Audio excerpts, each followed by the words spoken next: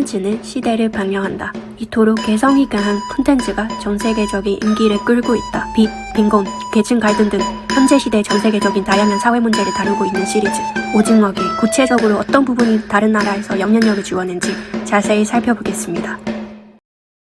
バトルロワイヤルや神様の言う通りなどデスゲーム作品が多く配信される日本でもイカゲームはかなりの人気を得た。今までの日本のデスゲームには見られなかった明るい色彩、明るい音楽は日本人の心を引きつけた理由でもある。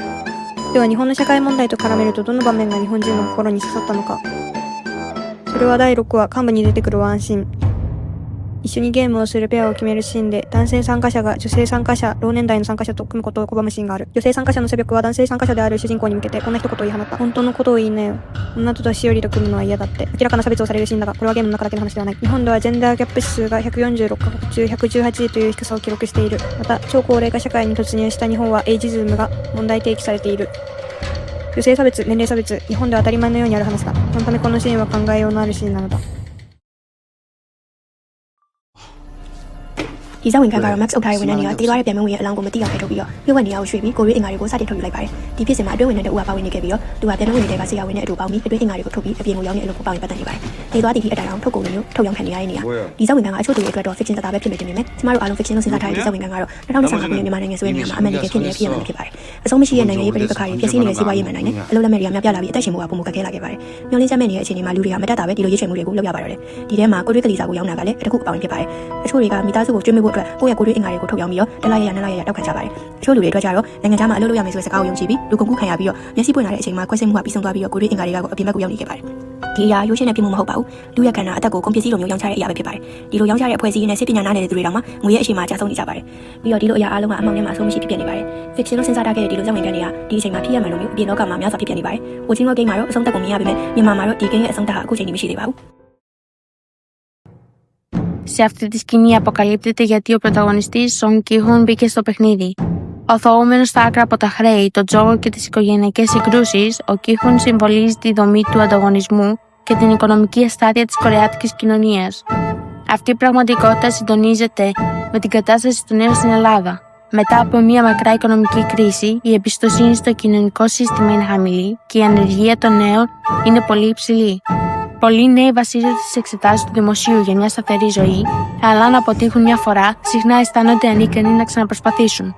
Αυτό οδηγεί σε απώλεια αυτοεκτίμησης, αποξένωση από την κοινωνία και φόβο για ένα αβέβαιο μέλλον εν μέσω επαναλαμβανόμενων αποτυχιών. Ενώ αυτή η σκηνή από το The Squid Game διαδραματίζεται στην κοινωνία της Νότιας Κορέας, μπορεί να έχει βαθιά απήχηση στους νέους στην Ελλάδα που βιώνουν τα ίδια προβλήματα. 오징어 게임이 전 세계로 소개되기 직전에 넷플릭스 오리지널로 이미 소개된 일본의 생존 게임 시리즈가 있었습니다. 현실에 지친 처년 알리스와 친구들이 갑작스럽게 텅 빈 도쿄, 즉 게임의 세계로 소환되면서 목숨을 건 생존이 시작되었습니다. 오징어 게임과 마찬가지로 제한된 공간과 규칙 속에서 생존을 위한 선택과 심리전을 그립니다. 게임의 난이도는 트럼프 카드로 구분되면 퍼즐, 유체적, 심리적, 다양한 유형의 게임이 등장해 몰입감과 긴장감을 극대화시킵니다. 영어근 콘텐츠가 아닌 넷플릭스 드라마 중에서도 알리스의 보더랜드의 인기도 결코 만만치 않았습니다. 넷플릭스에 따르면 시즌 1과 2를 합쳐 약 8천만 명의 시청자가 시청했으면 이는 일본 드라마 중 최고 수준의 성과입니다. 하지만 흥미로운 점은 비슷한 장르와 테마를 다룬 작품임에도 오징어 게임만큼의 세계적인 인지도와 파급력을 얻지 못했다는 점입니다. 그렇다면 과연 한국 드라마는 어떤 차별점으로 전 세계적인 인기를 끌게 된 건가요? 지금부터 오징어 게임과 알리스 인 보더랜드의 차이를 통해 글로벌 콘텐츠 시장에서 한국 드라마의 경쟁력을 함께 살펴보겠습니다.